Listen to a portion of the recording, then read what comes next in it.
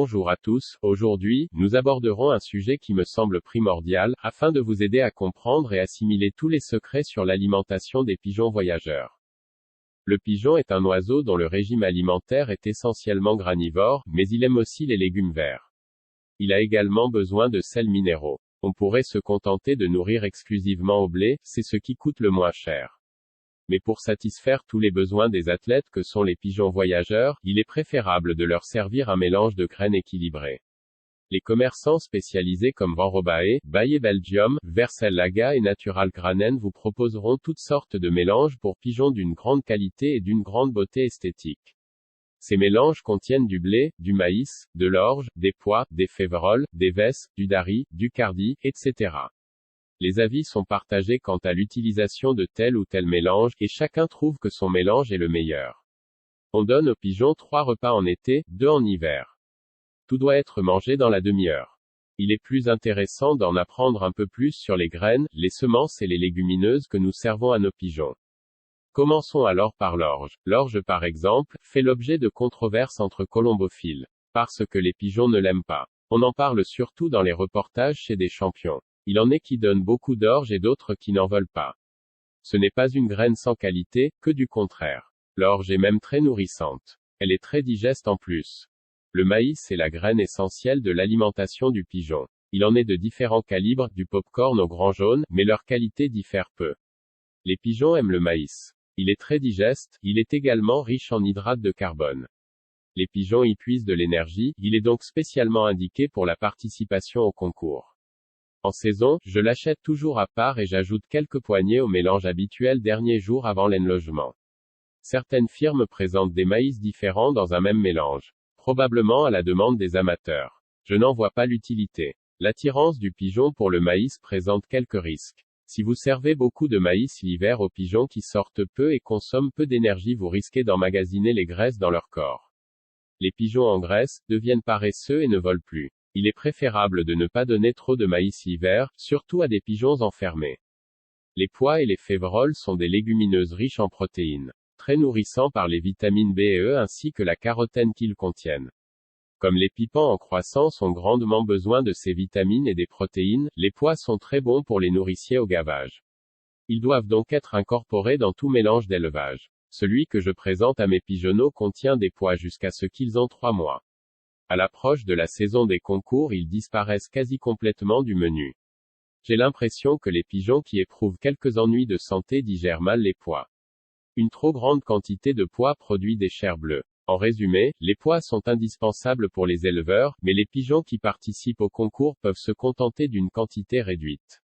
Le froment contient moins d'hydrates de carbone que le maïs mais plus de protéines. Je ne suis pas très porté pour le froment. Il est très bon pour l'homme et tient une part importante dans son alimentation, mais je ne servirai pas à mes pigeons un mélange à grand pourcentage de froment. Il engraisse rapidement les pigeons et le froment frais est même dangereux parce qu'il peut provoquer de l'empoisonnement. Des expériences ont démontré qu'une trop grande absorption de froment peut déranger la digestion. 10% de froment dans le menu me semble être un maximum. On trouve beaucoup de paddy, riz non décortiqué, dans les dépuratifs. Il contient beaucoup de vitamine B et serait, comme le riz plein, un bon remède contre la soif. C'est du moins ce que je lis, mais je ne m'en suis jamais aperçu. Nous ne classons pas le chanvre dans les graines, mais comme semence. Presque toutes les semences sont très oléagineuses. Comme elles contiennent aussi beaucoup de protéines et d'hydrates de carbone, ces petites choses, appelées desserts, sont très complémentaires pour les graines. Je sers beaucoup de desserts. Je l'achète en sac de 25 kg alors que je n'ai pas beaucoup de pigeons. Les frères Janssen ne donnaient quasiment que cela le matin. Le dessert et en premier le chanvre est excitant. C'est pour cela que beaucoup de pratiquants du veuvage en donnent avant la mise en loge. Je doute pourtant que le chanvre puisse accentuer la chaleur sexuelle du pigeon. La graine de lin, contenant beaucoup de graisse, la graine de lin a donc une bonne valeur nutritive. On dit qu'elle active la mue et produit un plumage plus soyeux. Il ne faut en servir trop car elle pourrait provoquer un empoisonnement. Mais elle est très bonne si l'on s'en tient à servir journellement une petite quantité. Le principal défaut de la graine de lin est qu'elle se gâte assez vite. Si les graines collent ensemble, il faut les jeter.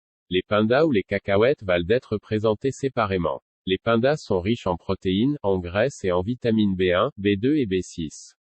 Ils font ainsi office de source d'énergie. Une fois que les pigeons les connaissent, ils en deviennent très friands et cela permet de bien les apprivoiser. Ici aussi il y a danger d'excès. On retombe alors dans l'excédent de graisse et de protéines dans le corps. Je donne des pindas uniquement en saison de concours. Quelques jours avant le départ pour une épreuve, surtout si elle risque d'être rude. De ce qui précède, il apparaît que l'alimentation doit être adaptée aux circonstances. Il y a une nette différence entre le pigeon en mue, celui qui vole et l'autre qui élève. Les pigeons à l'élevage peuvent recevoir quelques pois en supplément. Ceux qui participent au concours plus de maïs et des pindas. On s'en tiendra au dépuratif pour ceux qui ne volent pas. Petite graine pour les pigeons en mue. Si on parle ouvertement, tous les champions interrogés lors de reportages vous présenteront des régimes totalement différents. L'un vous dira que l'orge vaut de l'or, l'autre n'en veut à aucun prix. Les uns servent un mélange dépuratif à la rentrée de concours, chez les autres les pigeons peuvent choisir librement. Tous récoltent de bons résultats sans quoi ils ne seraient pas champions. Si vous vous fiez à l'instinct du pigeon qui choisit sa pitance, vous verrez aussi qu'il prend telle graine lorsqu'il est en forme et d'autres lorsqu'il ne l'est pas. Les pigeons qui nourrissent ne prennent pas les mêmes graines que ceux qui couvent. Il arrive que les pigeons s'affaissent sur leurs pattes en rentrant d'une étape. Ce n'est pas inquiétant et cela ne dure guère. Cela résulte le plus souvent d'un manque de magnésium et autres minéraux. Les minéraux sont importants pour les pigeons. Comme ils les extraient des graines en quantité trop réduite, nous devons les aider. Avec quoi? Bonne question. Avec du grit. C'est bon et pas cher. Présentez donc une dose de grit à la rentrée d'une étape de fond et voyez ce qu'ils en feront. Ils prendront presque certainement le grit en premier. 2 ou 3 jours de grit ne rétabliront pas le manque de minéraux.